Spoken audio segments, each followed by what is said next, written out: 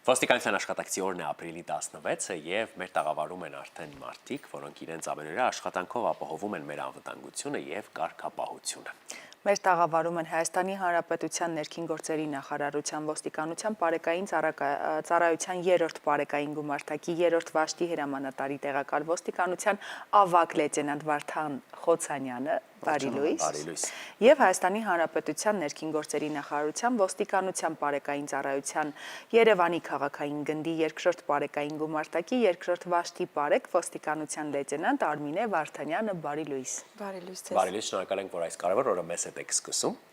Ինչ խորհուրդ ունի ձեզ համար ոստիկանության օրը։ Ձեզ ենք շնորհակալ հրավերի համար։ Ոստիկանության օրը նախ եւ առաջ նշեմ, որ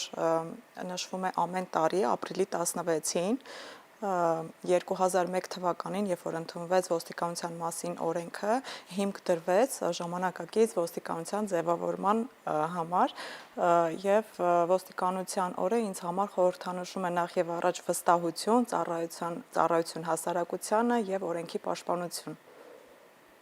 Շատ հետաքրքիր է ինչպես ընտրեցիք ոստիկանի մասնագիտությունը։ Թույլ տվեք նախ ես ողջունեմ բոլորին, նաև շնորհավորեմ գործընկերներիս,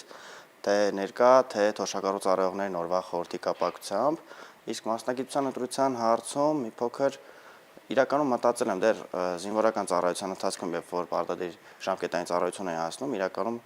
կար մտադրություն, ծառայության անցնելու, դեռ ժամանակի հետ էլ երբ որ արդեն եկավ process-ը հասավ իր կուլմինացիոն փուլին, երբ որ պարեկային ծառայության ընդունելություն հայտարարվեց, թե ուսումնասիրելով, հասկանալով, թե ինչ խնդիրներ ա դրված պարեկային ծառայության առջև, ինչ նպատակներ ունի, ինչ գաղափար է հետապնդում ուսումնասիրության արդյունքում, ստացվեց այնպես, որ հայտնվեցինք այստեղ։ Ձեր որոշումը կարծես սերով պայմանավորված կարող է նաև տրամաբանական լինել, բայց շատ հետաքրքիր է Արմինեն ինչպես եկավ մասնագիտական ընտրությանը եւ ինչպես դա տեղի ունեցավ։ Ես անձամբ իմ համար լրիվ անակնկալ էր, երբեք չէի մտածել, որ մի օր կարող դառնամ ոստիկան,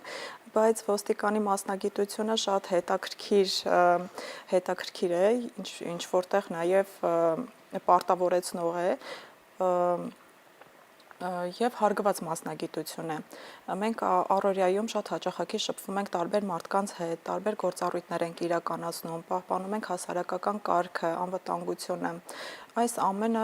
պայքարում ենք նաև հանցագործության դեմ, ճանապարհային երթևեկության անվտանգության կանոններն ենք ինչպես նաև հսկում, վարչական իրավախախտումներով ենք զբաղված, նախականխում, կանխում, խափանում։ Այս ամենը զետեղված է ամբողջությամբ հենց պարեկային ծառայությունում, ինչը ինքնին շատ հետաքրքիր է դարձնում մեր ծառայությունը, այսինքն մենք մեր աշխատանքը մի օրինակ չէ, այն բազմաբնույթ է։ Հետաքրքիր է, ձեր առօրյայի մասին եք խոսում, մենք ֆիլմերում սովորաբար տեսնում ենք ֆիլմային տարբերակը ոստիկանների կյանքի, բայց իրականում ձեր օրը ինչպես է սկսվում, ինչպես է անցնում։ Ֆիլմային է թե ոչ։ Նաև ֆիլմային է, չէ, իրականում նաև ֆիլմային է, հաշվի առնելով ծառայության առանձնահատկությունները, իրականում պարեկային ծառայությունը իրականացնում է շուրջօրյա, այսինքն մենք գիշեր թե ցերեկ ծառայում ենք, իրականացնում ենք 2 հերթափոխով տվյալ պարագայում, Երևան քաղաքում ծառայության մեկնարկը տրվում է 07:00, դե բնականաբար մենք ավելի շուտ ենք լինում ծառայության վայրում, այնտեղ ունենք նախապատրաստական process-ներ, որոնցով անցնում ենք, եւ 07:00 արդեն տրվում է ծառայության մեկնարկը։ Հաշվի առնելով ծառայության առանձնահատկությունները Երևան քաղաքում, մասնավորապես անդրադառնամ, առավոտյան ժամերին Երևան քաղաքում պարեկային ծառայությունը հիմնականում զբաղվում է ճանապարհային երթևեկության, անվտանգության ապահովմամբ, երթևեկության կարգավորմամբ։ Վստահաբար բոլորդ էլ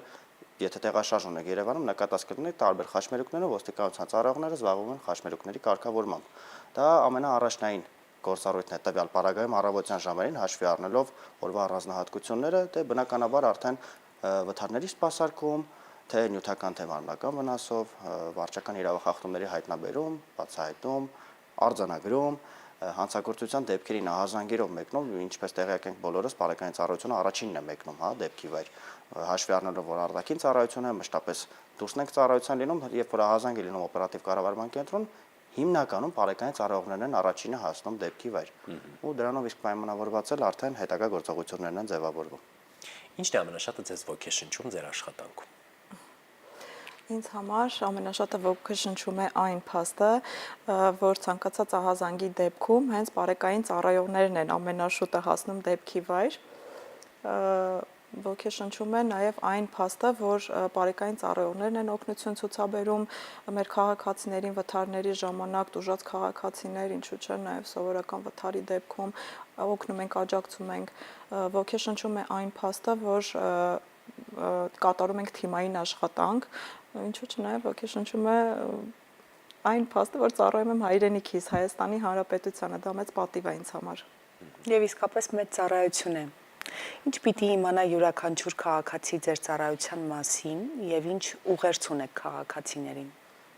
Ծառայության մասին իմանալու տրամաբանությամբ նախ ասեմ մեր քաղաքացիների մոտ կա կարծիք, որ բարեկային ծառայողներն ամեն ինչ գիտեն պետական կառավարման համակարգի մասին, իրականում բոլոր տեսակի հարցերով կդիմեն, չնայած մենք դրանից շատ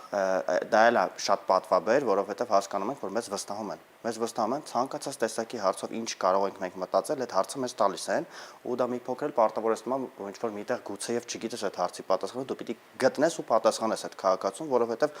եթե ինքը վստահել է ոստիկանին, մոտեցել է ոստիկանին, այո, պիտի մենք պատասխանենք այդ հարցին։ Իսկ ուղերձի տրամաբանությամբ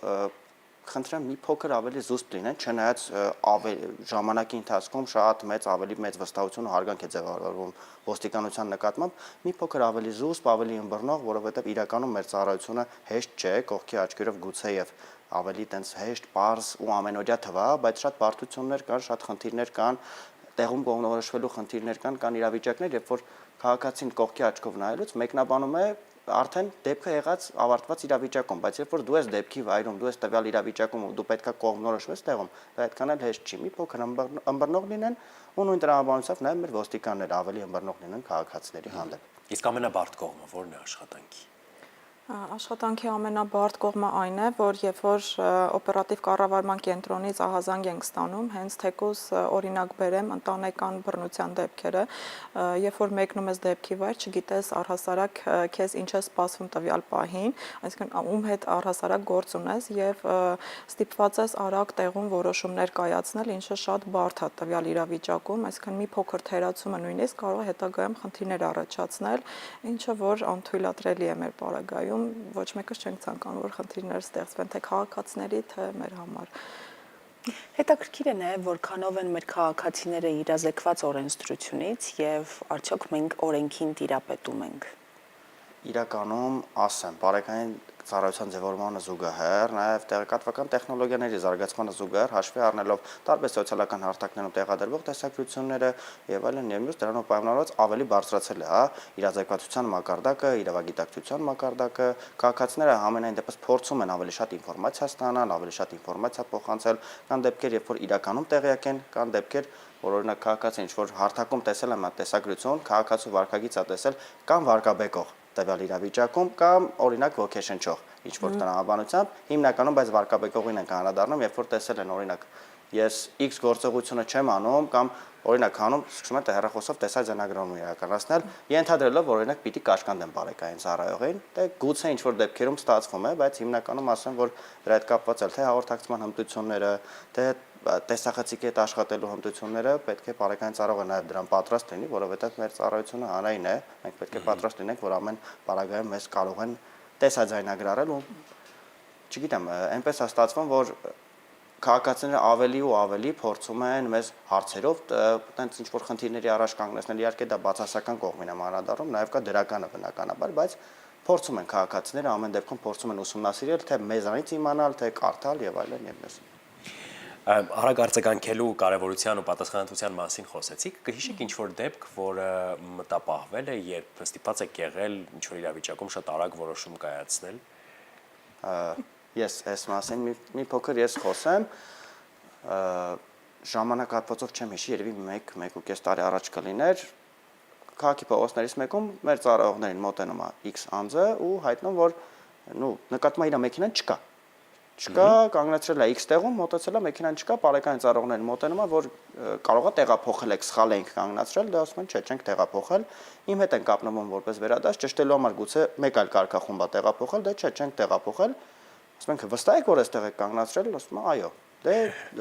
օգտագործելով հմտությունները, տեխնիկական միջոցները հայտնաբերում ենք, որ ինչ որ երրորդ անձը նստում մեքենան վարում է։ Դե հայտնում ենք ռադիոկապի միջոցով, մեքենան սկսում են փնտրել ու X փողոցում մեքենան հայտնաբերում ենք, վարորդը բնականաբար դա չի կանգնում, գողացել էր մեքենան այսպես ասած, մեքենայի հետևից հետապնդում եւ այլն եւ մյուս X process-ով մի խոսքով արագ որոշում ընդունելով մեքենան կանգնեցվում է, ճիշտ է, մի փոքր այլ իրավիճակ է ստեղծվում, քաղաքացուն ձերբակալում ենք եւ այլն, բայց այդ պարագայում կարար հետևանքները շատ անդառնալի լիներ, որտեղ եթե ճիշտ կողմնորոշվենք, մեքենան շատ անկանոն է վարում վարորդը ու ամեն գնով ինքը պատրաստ է փախնել այդ իրավիճակից։ Իսկ այն որ դեպք, որով հպարտանում եք։ Բնականաբար կլինի։ Հարի հարցը ձևակերպենք, որն է այդ դեպքը, որով ամենաշատն եք հպարտանում։ Շատ են դեպքերը, Արմինեն եթե կմտաբերի Մեր ծառայության ընթացքում ամեն դեպքն էլ հպարտանալու դեպք է։ Այսինքն կոնկրետ հստակ իրավիճակ, հստակ դեպք չեմ կարող նման այս պարագայում հիշել, բայց ես մի փոքր մի հատ դեպքի անդրադառնամ,